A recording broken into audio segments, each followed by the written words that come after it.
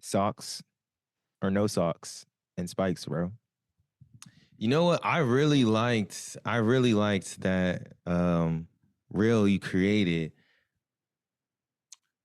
But I've been on both sides, to be honest. Like there was a time where to me the opinion is it depends on the spike. It depends on the spike. I've had my victories back in the day when those were the shoe with the hole in the back. Those were strictly no socks. But even during that time, I'm gonna say socks. I'm gonna say socks because I wanted some more style. I do it for the style points, my swagger. I used to wear elite socks in high school. I had socks on the back where it said "Got 'em, coach." You know what I mean? That's why I'm gonna say socks, but it depends on the spike. Some spikes will just cut you up. Bro, it's socks. It's just socks. I think the main thing is on like it is kind of I don't know if it's exactly musty. It is kind of nasty though.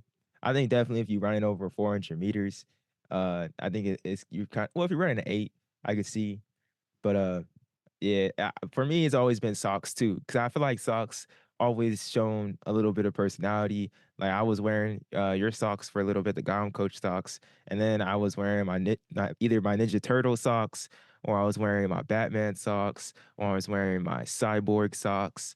So like I went through a phase of wearing like all type of like it was always a little bit of flavor on the end of it. You know what I mean?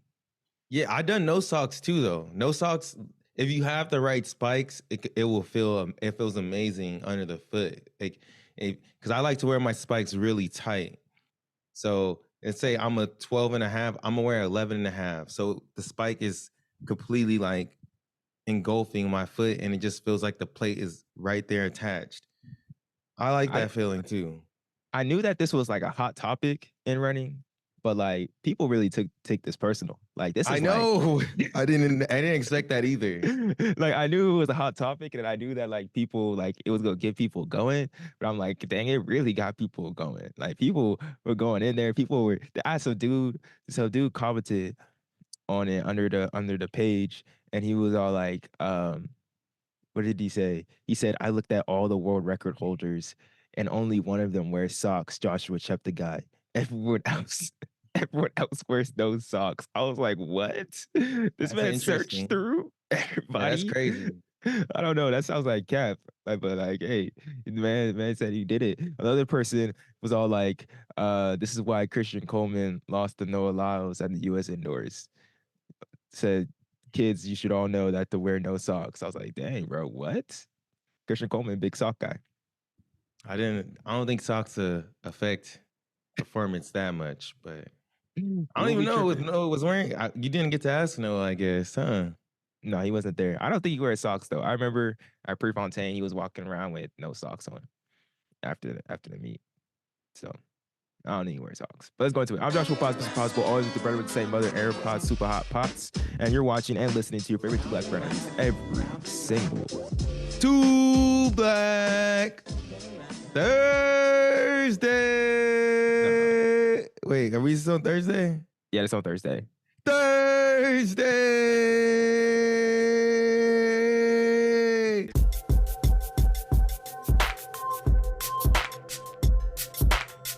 I said to switch it up right in the middle for y'all because it's a special edition, Two Black Runners episode, man. Honestly, I guess we didn't have to do that because this is running report. So like we really didn't have to do that. I low-key forgot, to be honest. I know, I was surprised. I was My surprised bad. when you did that. That's why I was like, okay, I'll hit it though. My bad, but I don't know. That's just the fact of it. This is a chill one, kind of like for the road ones as well. And where we just going through, track has been insane. We missed y'all last week, me recovering from Milrose Games. Aaron was busy doing all the type of things that he be doing. So like we missed y'all of like a whole bunch of world records went down, whole bunch of competitive races, a lot of track news to really talk about. So we're gonna give y'all a little bit of running report here on this Thursday. But before we get there, Aaron, there's a big race coming up. Southern California. Like everyone's gonna be there. Everyone's gonna be watching. I'm not talking about the 10 on March 16th, the greatest day ever. I'm talking about March 17th, You feel me? March 17th, LA Marathon coming in, weighing in at 120 pounds wet. Aaron Potts is going to be out there on the line. That is not me. I am not 120, bro. I would be shoot. I would be looking crazy if I was 120. But you will be racing your marathon pretty much a month, a little less than a month from today, bro. How's the preparation going? I'm gonna be honest, bro. It's not going good right now. Oh, It shoot. is not doing good right now. So like Joshua said last week, we didn't record because I was just coming back from the Olympic trials. And I got sick. I got sick during the going into Olympic trials. I was starting to feel like I might have a foot injury, but I was in really good shape. Did a 60-minute cut down where I was able to get down to like 5:30. I was doing good. I was like, man, I'm low key might have to run track this year. Shoot. By the same time, I knew I was about to be injured low key. So I was like, oh, I'm gonna go to the trials. I'm not gonna run. Like it'll be a break, it'll be a down week. Had a great time at the trials, hanging out with people, staying up late, and I got sick. So that took me out, basically took a week off of running. Last week was the first week back and did one workout. Didn't really run much mileage. Didn't really get a long run in. But I think I'm gonna be able to make it to the line. You know what I'm saying? I'm just holding on to fitness right now. Gotta really focus in on these last 3 weeks. This is a major week right now. These Are you next 2 weeks are major. are you Gotta get nervous, bro? Are you nervous? Like things haven't been going the way that you wanted to. It seemed like fully confident if I would have been talking to you 3 weeks ago, but fast forward three and I don't know. You feel kind of nervous right now, or just uneasy? I don't know. I guess maybe I might just be weird, but nah, I'm not nervous at all, to be honest. Like, I'm just adjusting. I have really don't have like big like expectations or goals for myself. Like, or maybe I'm underestimating the marathon, but I'm just adjusting my goal to just be under 3 hours now, which I was sound I don't know. I don't want to sound like I'm being cocky or nothing, but I've been running for almost 20 years. So but I've been running for What? almost I've been training since like I was like 10, bro. I'm 29. That's pretty crazy. So I feel like I'm gonna be able to figure I feel like I'm gonna be able to figure it out. I know I can complete the distance, but no, I do need to make sure that I'm just on top of myself these next couple of weeks and make sure I get in some long runs and some decent hard efforts. But I think I'm gonna be okay. I think I'm gonna be fine. Bro, I think next time when's the next time we're traveling? Once I'm back home, we'll probably Prefontaine. I think you just got to stay in the house, bro. Not even gonna cap. I don't think you can go out. I feel like every single time we go somewhere and you go out, bro, you get sick. I'm Like just getting old, bro. That's what happened. That's what I was telling Emma. I was like, bro, I think you just the gotta. I last think you got a weak immune system, bro. it's just the last. Well, it's weak when you're out late. You can weaken your immune system. We'll talk to Joe Holder about that. But yeah, also it's just like getting older, bro. Like traveling, talking to people. It's just a lot on your body. Or That's maybe you really gotta what wear a it is. mask. Maybe you gotta wear a mask, bro. It's like when you're working, basically, when you're working the entire time, there's no time off. Like, you're working, you're going out, like it's a lot. It's just gonna be a lot on your body. So you just have to be weary. But I think I'm gonna be okay. I'm not even gonna cap. I think I'm gonna be good. All right, man. 3 hours, breaking 3 hours pending for Aaron. It's gonna be exciting to see you break that barrier. I think over the past, well, when I was at Milrose 2 weeks ago, saw a lot of barriers be broken uh across the board. It was insane. That was my first Milrose games. Incredible experience. Really like be able I was hosted the press conference. That was really dope to be able to do that and really it was cool. It was cool. And it was really just like a podcast, honestly. Like me and you, we've done about four live podcasts. Uh 10 man.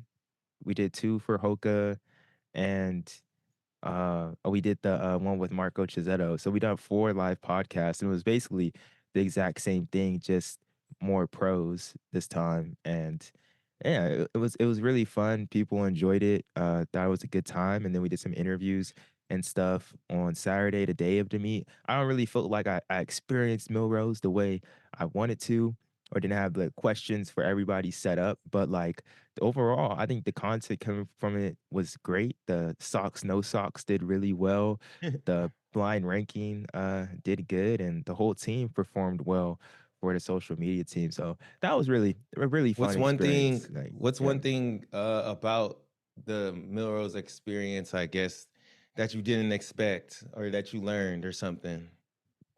that I didn't expect. I didn't know we had to dress up.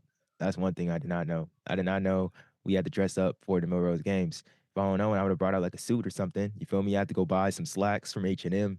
You know, they gave me like this bow tie and we figured it out. But I did not know we had to dress up and be like, you feel me, like formal for this. You know what I mean? Like there's a certain level of prestige when you're at the Milrose games. And I think that helps people perform well on all ends. You feel me? And So uh does it feel like?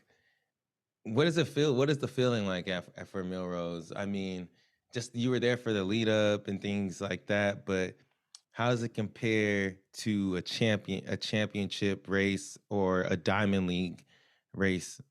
Um, I think the closest Pre-fun. comparison is Prefontaine. I think like it doesn't feel like Mount Sac. It doesn't really feel like the 10 or anything like that. But it almost seems like if Prefontaine was like the first race of people's season, like that's exactly how it would feel. It's like a fun atmosphere.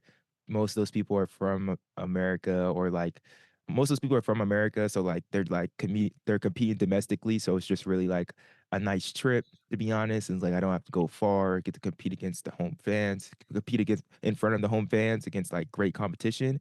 Or it's like people coming to Prefontaine or Hayward for the first time, and they're all like, "This is such a beautiful stadium." People come into the Armory, coming to the New York for the very first time, has just about even more history. You know, going back to like 19. I think the first Morris games was like 1904 or something like that, like something crazy. So, uh, yeah, like the history of it all, and just New York City is definitely has more history than Eugene, Oregon. You feel me? So, uh, yeah, it's like you could feel the history. I think for sure, and just the importance. Like Seb Coe was out there. Seb Coe was Oh, out. You know, but Seb Coe, Lord Seb Coe. Let me get it right. You feel me? I didn't meet him though. I didn't meet him though. But Lord Seb Coe was out there. You feel me? Doing his thing as he should. that's the president of World Athletics for Yeah. everybody. If y'all didn't know, but the meet started off strong, bro. Deveynne Charlton went out there, ran a 7.67 in 60-meter hurdles. No one knew this was happening. Like when she ran that, I was all like, "Oh, dang, that's kind of fast." And then I was like, "Wait, how fast is that?" And then they said world record. I was like, "Oh, it's that fast." She ran that 7.67. It really blew by everybody. That was, yeah. No one was surprised by that. No, everyone was surprised by that. And then I think it was even more surprising to see Tia Jones the next week match that world record with a 7.67 in Albuquerque, New Mexico at the US Indoor Championships. What do you, like honestly, Aaron, I'm just thinking about the previous 60-meter hurdle world record, and I'm like Philip Rocha. Soft record. Like that's what it was. That's what I'm thinking at this point. The record was soft. I mean, shoot, I don't know too much about the 60-meter hurdles, honestly, and the world record, but I do know that women have been running fast in the 100-meter hurdles outdoor. We saw the world record go down just this last year too, and every year, whether it's Tia, we're talking about Tia and Deveynne, but there's just so many women in the 100-meter hurdles that are battling it out that we get to see during outdoors. So it's not that surprising that someone broke a world record, I would say, but it's just interesting to see how is this going to translate for Deveynne and Tia going into outdoors. Are they going to No, be able to compete with Armstrong? Are they going to be able to compete with what's her name, Puerto Rico? Did you mean to say Amusan? You say who? Did you mean to say Amusan? Toby Amusan when you said Yeah, yeah. Armstrong? Ami-san. No. I mean, yeah. Avisan or homie from Jasmine, LSU. like I'm Jasmine sorry, bro. Camacho Quinn. Oh, Yeah, Aaliyah. Aaliyah. yeah. I'm Oh, talking about sorry. Aaliyah, Jasmine Camacho Quinn. Like Oh, like there's so many Armstrong. different. Yeah, like she's one of those ones up there though, up No, there yeah, competing she's the young one. from lane But 1 to 8 in the hurdles. It seems like someone it could be a different oh, person making it's the team. anybody. Any like, but even when you get to the world championship stage, like anyone can win the race at the end of the day once you line up. Like even if Jasmine Camacho Quinn is dominating, like you obviously anyone can win the race. Danielle Williams can come out of nowhere and win that race. I think this really, from Tia Jones' perspective, somebody that came out of high school, I believe, same year that I did. I think in 2018 or maybe a year after in 2019. But I think she's a great example. Someone that we're going to get to and we should talk about for a second too is Hobbs Kessler. He's a great example too of just like very similar to like a Shea Gilgeous Alexander or Tyrese Maxey in the NBA. Like we're seeing a lot of these people in the NBA that are really young coming into the league, and people expect them to perform right away, and they expect that same thing from these high school athletes sometimes that skip college and go straight to pro. But Tia Jones is someone that's like she's only like 23 years old and now she's getting it done. You know what I mean? It took like 2 or 3 years to really make everything start working, but it's all like obviously she's still very, very young in her career and she's doing great for herself. Like this is going to be a breakout year for her. I believe she was like fourth or fifth at USA's last year. Like she's ready to go. And it's someone like Deveynne Charlton, who's also young. She got fourth last year at the World Championships. She's on a roll, and I wouldn't be surprised if she medals this year at the Olympics. But like you said, anybody can win once you line up. It's just who has that perfect race on that day, and that's where it comes down to for that race. I don't think it's the same for the men's 60-meter hurdles though, because Grant Holloway You don't until, lose. until it happens, like he's not losing. 7.27 breaks his world record. Like, can we put this man on the 4x1 now? Like, this is I mean, getting he got time. I mean, he got this event on lock, right? So yeah. let's let him do some other stuff. Like, you obviously could do. Let him do something else, bro. Let him do something else, bro. He got the 100 hurdles. You feel me? He sometimes 100 hurdles, like you said, like you never know what's gonna happen to hurdles. But like this dude got it on lock. Like let him do something else. Let him do the 4x4 at Worlds and indoors. Like let him do something. You know what I mean? Like let him just mix it up. That would be super. That would be cool for sure. But I think, I mean, last Olympics, he's not the Olympic champion though. No, he's not. He's Archery, not he's the not. Olympic champion. I believe He lost. that's like the only thing he doesn't have at the Yeah. moment. So this is a big year for him. This is a big year for him. You know he really wants that gold, and I mean he's poised to make that happen. Unless like Cordell rolls up on him, Devin Allen recovers from this ACL injury, or I'm really just thinking Americans. I mean, Daniel, well, you I, got Daniel Roberts too, and Daniel then even just like, Roberts, but we'll see how Hansel Parchment looks. Omar McLeod is on his comeback at the moment as well, but but that it, world record in Olympic gold in this year would solidify greatest of all time. I mean, he's already basically well, there. He's 60-meter right hurdle, he's below. goat. He's goat. 60-meter hurdles, I Yeah, don't think he's the greatest. Hasn't lost in how many years? Not gonna lose anytime soon. It really looks like no one's close to him. It's like we're watching the greatest ever, and we gotta like appreciate that at this moment. And he's entertaining, super entertaining. I gotta watch. yeah. Bring some more attention to the hurdles, man. Somebody that I feel like is really sneaking under everything, like under the radar. Letsile Tebogo out of Botswana ran outdoors a 300-meter this past week and was like really just overwhelming me of just all the world records that are going down. Letsile Tebogo runs a 30:69, breaking Wade Van Niekerk's world record, world best, whatever you want to call it. I don't really know what this means, 30:69, but like this dude is He's strong. He fit. That means he's strong. is But is he like, the one that's gonna take down Noah Lyles I in the think he has the 200? talent. What about Arion Knighting? He ran like 20.2 or something. But Yeah. it will be interesting to see.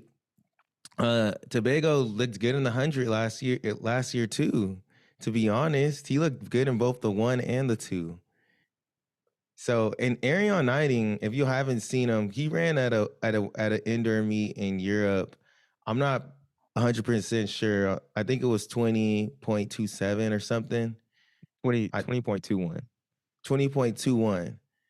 Um, but he looks more mature. His body has matured. He grew into it a little more. He looks a little stronger, and that's what's interesting with Arion Knighting and Tobago is how close are they going to be to Noah? Because to me right now, we're seeing prime Noah. Like he got his 60 down where he's able to beat someone like like Christian Coleman. He won in that 100.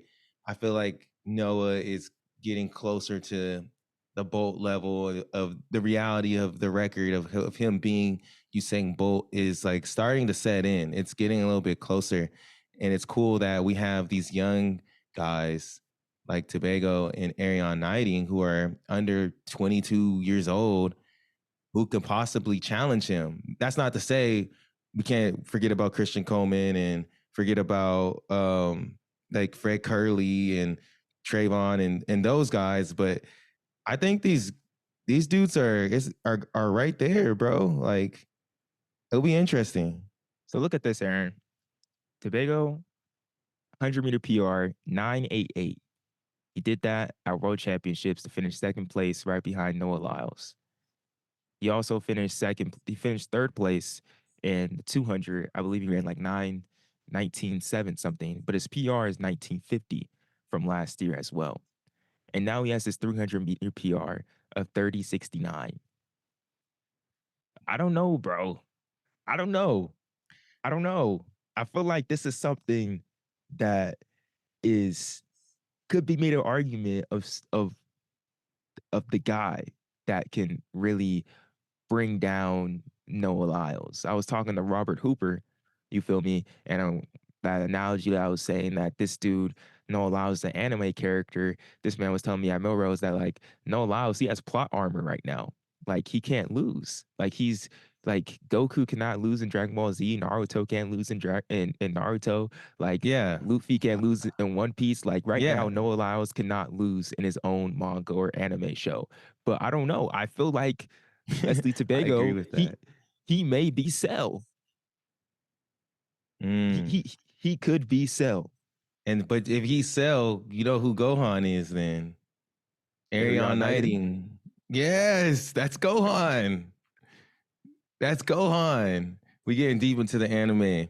But It's, I agree with you it's though. just It it's just just the Gatlin. It's just the Gatlin Piccolo.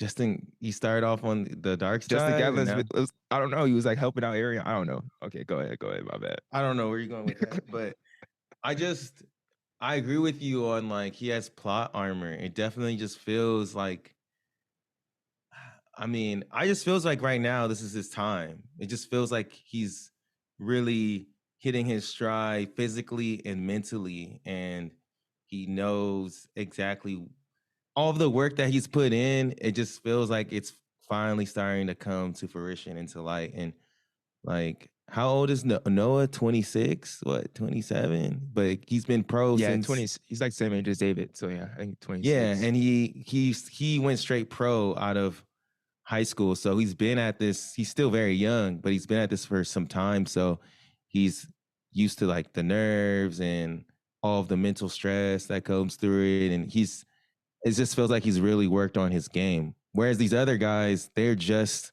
starting to get at it. So if they were to beat him, that'd be crazy.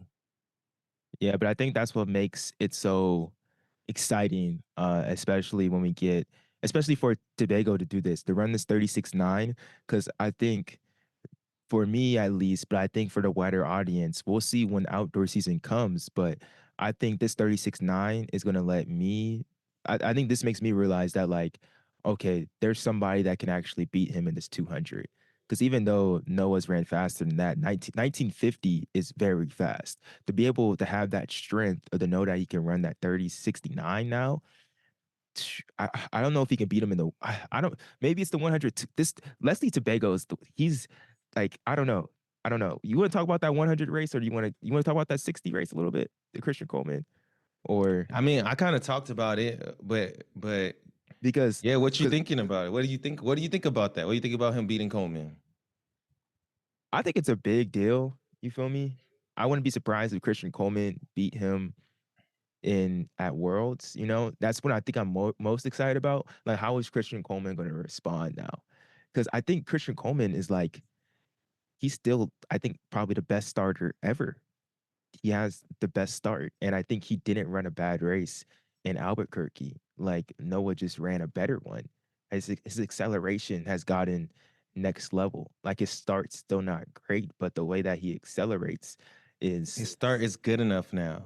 yeah, it's yeah, it's good enough, and he's just there. He's there in the race anytime. Like, so it's just, it's no allow. Like you said, it's like his time, but you have to be on your A game to beat him.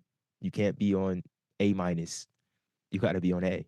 Yeah. No, I think it's a big deal too, and it's a bigger deal if he becomes a world champion because this is not an event that he's best at. You know what I mean? And the fact that he can win an event that's not his baby or whatever, like how he calls it, that's huge. The fact that it just feels like to me it's just been building blocks, bro. This dude has just been putting on building blocks into his training, working on different things for years now. And I already said this, but it feels like it just came together. And that's why it's even more impressive to me that he was able to be, it wasn't the world championships, but the fact that he was able to beat Christian just shows me it's like, dang, that means it's gonna be just that much harder for Christian to beat him. It's like, dog, this is like you're the world record holder in this event, and he got you. So there's some things definitely. Start could get better. I mean, his start is amazing. How much more could it get better? But he has to get stronger, I guess, at the end of his race to counter the acceleration that Noah has. But right now, I guess the question is what's more impressive, Noah beating Christian or Tobago running that 30.69? Because that's what you're looking. That's basically what you're looking at. Comparing the two, it's like, okay, this guy went and he did some work. He got some strength. Like he just ran a world record. Dude, this guy who is known for not having the greatest start now is beating the guy with the world record in the 60. And that's really what we're looking at. It's crazy. It's crazy that you're like, I'm gonna say Noah Lyles, but it's crazy that I'm saying that because Tobago's 20 years old. Now that's stupid. He's 20 years old. That's stupid. The man was born in 2003.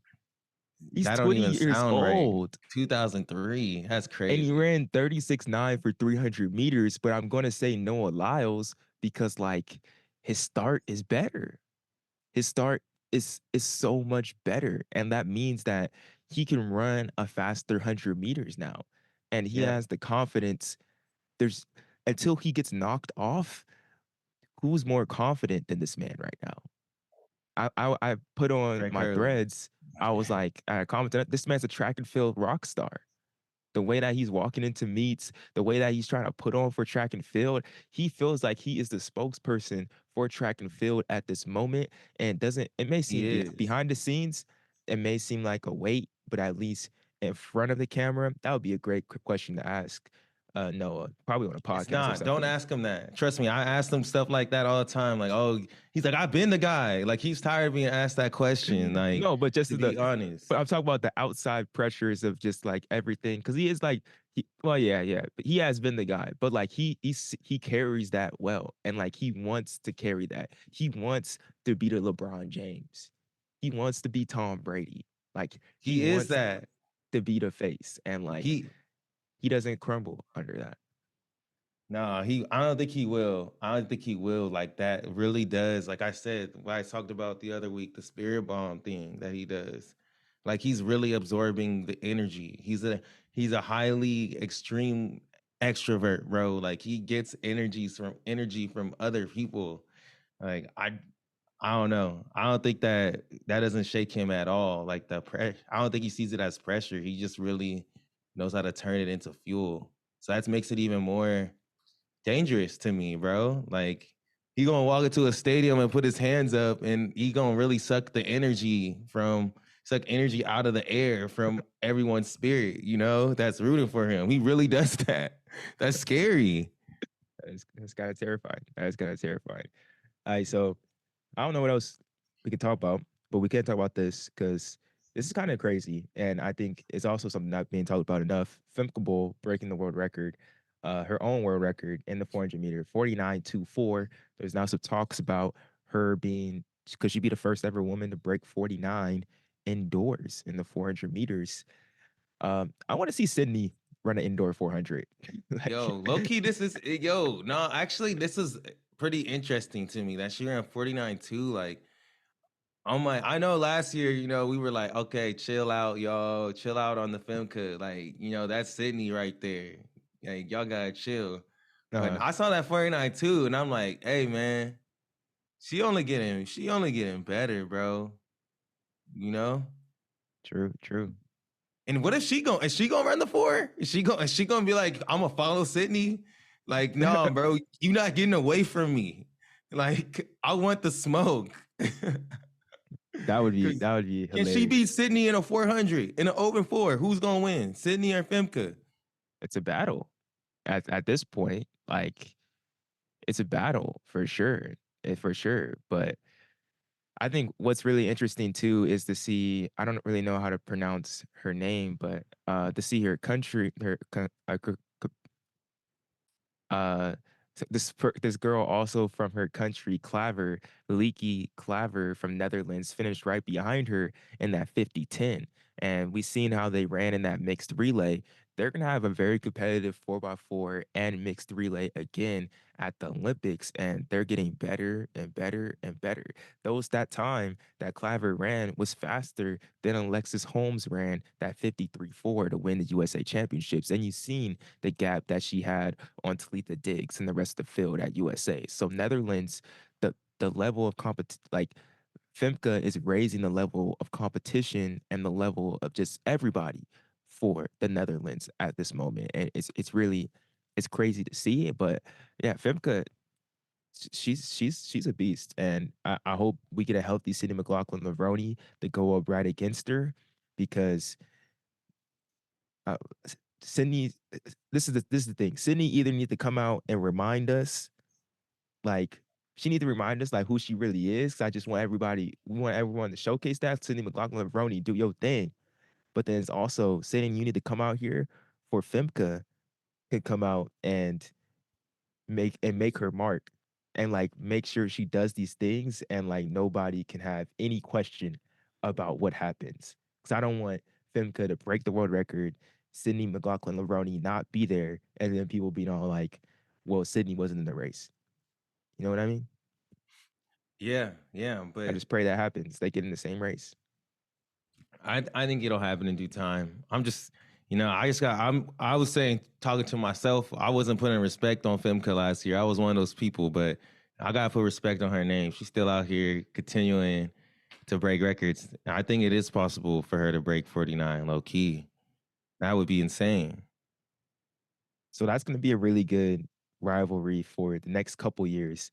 I think probably the best rivalry we got in the sport right now. And we can close out on this unless you got something else, Aaron. Josh Kerr, Jakob Ingebrigtsen. Josh Kerr just came out here, ran 8 flat, 67, broke the world record. Shout out Grant Fisher getting the American record at the 12:51 last week indoors. But Josh Kerr, he's all the talk. He's all the rage. He's going to Glasgow now. They're running the 3,000 meter. He's going to be facing up against Yard and the Goose. It's going to be exciting. But this dude, Jakob Ingebrigtsen, talking about he could beat this man with a blindfold on. That That's boy just funny, bro. You know what? Jakob, I used to like low key be hating on you on this podcast. I feel like, bro, but that dude, I like that dude. That dude is funny. Like He's a he he's a just cool be guy. talking. He's a Yeah, cool no, guy. he funny, bro. Bro, but I don't know. He making the rivalry more silly because he just saying random stuff. Come on, bro. What does the blindfold have to do with running fast? You just can't see where you going. Like, you know what I mean? I don't even know. Like what? I feel like that's something we have a lot of NBA references today, but I feel like that's something Jokic would say. Yeah, you know what I'm saying? But I like that he's feeding into it. I like that he feeds into it a little bit, takes little jabs.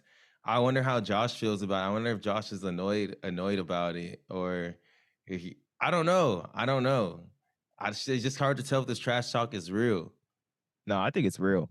I think it's real. I think Josh is kind of annoyed by it because like all of it, it is just like it's very like some of the stuff is like passive aggressive or just like they're not even trying to come off like that, but like it really is like, bro, why are you saying that?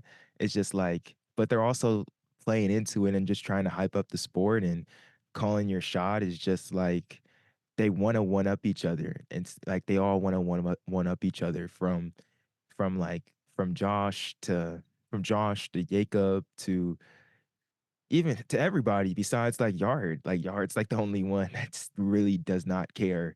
He said he doesn't like rivalries at all. So like he's the only one that doesn't really care. So but I'm really excited to see these guys finally meet up and face. I wish Jacob was running indoor, but he had that Achilles injury. So, So we're just gonna have to wait a little bit longer. bro, are we seeing the world record go down soon in the 15? The 15 in Oh the yeah. on the men's side, the 1500 is starting to look closer. I don't know. I guess it's looking closer to like the women. Where when I say that, where I mean it's like, yeah, world records are in talks. Everyone thought it was going to be Jacob last year, but I mean, I was continuing to tell you all that it's hard to get. He's gonna have to go like 325, but like I was telling y'all, he's beatable. There's other people who are just as good at him, and that's what Josh breaking the world record again shows us. It's like, yo, like Jacob is amazing. He's so good, but Josh Kerr is the same level of athlete as him. He can Bro, beat him. I think Jacob's still gonna be the one to break the world Yard, record. but Yard is just as good as both of them as well. Cole Oh, ran 805 in that race. I don't know. I think we're going like as Jacob is very Josh Kerr is 26 and Jacob, I believe, is 23. I think he's the same. yeah, Yeah. he's same age as me. Oh, he a Virgo? Okay, hey. But no, his birthday is he's in he's 23. Cole, I'm guessing. I I think think Cole he's is probably 22. He's 22. 22. Yard is 23, 22. No, I think he's 24, maybe 24. 24. So we're gonna see these guys racing up against each other for the next uh this Olympics and the next World Championships. After that, they're gonna be a year or two older. We got some. I mean, they'll all make it to the LA. They'll make it to LA. Josh will be closer to 30, but I think he'll still be good, bro. Like there's the world record's gonna be broken in the next 4 years. It, And we're high I level. still think it's gonna be Jacob, but I don't know if he can win. I don't know if he can win if he's gonna win gold this year. I think he's gonna break the world record, but I don't know if he can win gold until he does it. Like I can't in the 5K. I guess I could say he's gonna win gold or like he's gonna be in that conversation to win. But in the 15, it's just he needs a different tactic or something. Like because though anything can happen in the 15 to him. He seems more comfortable when he runs the 5K. When it gets to those race time situations in the 5K, he is very comfortable. And the 15, like last 250, he is not that comfortable. And it's like we got to Well, figure this out, Jacob, if you're going to make this happen. But I believe he won in Tokyo though. I mean, yes, during the COVID year. so he can't perform when fans are there. Come on, Jacob. He won during the COVID year, so he could become a double Olympic champion with the number like 2 or 3 fastest time in the 15. It's just that double, bro. That double is really tough to be able, but to have back to back world championships where you got silver silver in the 15 and gold in the 5K. I mean, that's pretty impressive. And then you have a gold and 2020 Olympics. He's building up a pretty great resume with these records that he has, but But competition's rising with him. no, because I think, like you said, like him winning that gold in Tokyo, I think pretty sure after if we go back to Tokyo, I bet there's people saying hot takes after that happened. Oh yeah, uh, Jacob's not going to lose the next two world Exactly. championships. Like Exactly. this is his event for the next 3 years, and then for him to lose both years straight in a row, second place, exactly looks like you put them side by side and the same thing happens twice. It's like it really just Yeah. shows the level of competition rising, but then also just how competitive the 1500 meter is and just how anything can happen. I still think he does look more comfortable when he runs the 5K anyways. I think that's gonna but that's just it's gonna be interesting. He's gonna have a long career and his greatness can't be um even if he gets second this year, like I don't think his greatness and what he's done in the sport already is not going to be diminished. But it's just the fact of Josh Kerr is a beast too. He's a world caliber guy. I seen him in an interview. He was talking to, I believe it was the Taylor, and talking about, or it was the T, just saying that this is his first world record, and like I think for me that really clicked in my head, like, oh, like Josh is on that level now, like That's what it I'm it kind of saying. solidifies this world record and him calling him shot doing it solidifies that like what happened at Worlds wasn't just like, oh, like a really good race. Like, nah, this man is the world record holder or world best holder in the 2 mile indoors. Like He's a he does Olympic this. or world. He got Oh, silver he's at the he's, a, he's Olympics. an Olympic bronze medalist as well. But Olympic like bronze medalist. Yeah. I think this just more solidifies that like he's one of the greatest to ever do this. You know what I mean? And I don't think people are really looking at it in that way. But after this, you can firmly step away and be all like, oh, Josh Kerr, like he's one of the greatest to ever step on the foot of a track. Step on a track. I don't say why I said the foot. He is. You can't deny that. 100%. And this is a big. I think, like I said, this is a big year for the 15 on the men's. Like, like the story that will be told. A lot of legacy on the line when you really think about it. If Kerr was to win versus Jacob versus Yard versus, you know, Hobbs Kessler, Hobbs Kessler, versus Whiteman, it's Cole gonna Hawker. be I want to like see three Americans in this imagine if finals Whiteman now. beats him again, or if Josh beats him again. Like then we're talking about, the British is back in the golden age, like when they had Seb Coe and Steve Ovid battling. Like we're back at that. We kind of are right there right now. You think we can get three Americans in this 1500 meter final? I think Cole, Yard, and Hobbs, or maybe Cole, Yard, and uh Cooper, or Cole, Yard, and someone else, or Craig, bro. Craig. Craig Engels. Yeah. Don't That'd be wait. dope. Don't. Craig has been I, grinding this year, bro, he has. We got to do something with him. He's in San Luis Obispo right now, so he's like right above me. But and I think um, the really cool thing about seeing Craig do that, and maybe, but like the fact of like back in 2021 when we first went to pre, like I felt like this dude was almost out of the sport, and like now he's like having fun, chilling, and like he's really on this focused though. journey. Yeah, like locked in. Like, but it seems like he's having like a good time doing his videos and everything. And like, dang, let's go, bro. That'd be, hey, Craig. Centro? That's where I stop. That's where I draw the line. I'm just kidding. No, that would be cool. That'd be cool if it was Central.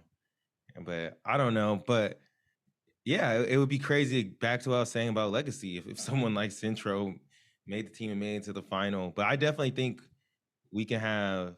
I see Cooper and Yard. I see Yard and Cole both in that final. And I think, yeah, I feel like Cole's been banged up a lot too the past couple of years, like at points in the season. So if he just stays healthy, I mean, 805 2 mile, you know, that's Yeah, pretty I was good. thinking that before USA's, I was kind of thinking like, oh, Hobbs may beat this dude. But then I was thinking more about the 805 and I was like, nah, he's too strong, bro. Yeah.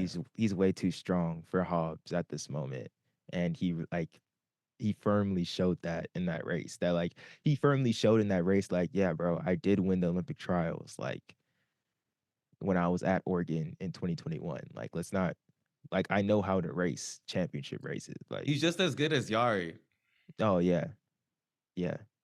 Oh yeah, yeah, yeah. What did you run at? which is a lot. That's saying a lot right there because Yard is just as good as Jacob. That's what I mean. Because wait, hold on. Before we close out of here, what is Cole's 1500-meter PR is 3:30, I'm but what pretty is sure. his Bowerman his mile PR is 3:48, and he ran that at Prefontaine. Yeah, he runs 3:48, bro. Wait, I hold on, mean, hold on. Wait, hold wait, yeah, they ran fast that day, bro. wait, wait, wait, wait, wait, wait. They Hold on, almost hold broke on. the road record that day. No, wait. That was What a did Nico? day. What did Nico Young run? I'm sorry, I'm bouncing all over the place. What did he run recently? Are you He saying ran. What did that? He ran that crazy race, and he ran. no? He It ran like it, 351 or something. it converted to 3:48 though. No, Um, or am I the tripping? altitude one when he broke Yeah, 4. yeah. It may have something like that. I'm not sure. Dang, that's wild. Okay, that's pretty It much is all I gonna got. be, but now that you're bringing up Nico Young, this is 3:57. really a trackheads episode for everyone that's super into track. But now that you're bringing it up Nico Young, after we just named all of these amazing like younger athletes on the middle distance side, it's gonna be crazy to see where Nico fits into all of that. He's really Oh not yeah. that far of an age. Like, are we gonna see Nico Young on the world stage this year? And what is that gonna look like? I think it would be an enormous accomplishment because yeah, a lot of these guys are young, but a lot of them have that world experience, and Nico doesn't have any of that. So for him to do that would really like, because for him to even do to do that in the 5K, like he would have to beat like Cooper. I Grant, mean, Cooper, yeah, Woody, Woody. Abdi Hamid, Sean McGorty, like the list, Paul Chalimo maybe, like he would have to beat somebody. Like, But he and trains with Woody. He trains with Abdi Hamid.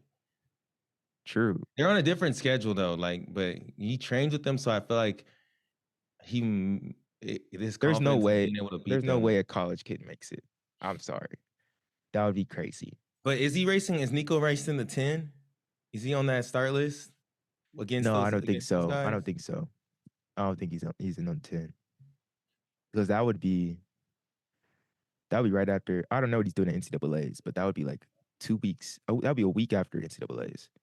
He could be though, but I don't think he is. I don't think he is. Um, I could check real quick. Let me check real quick, and then we'll get off this podcast.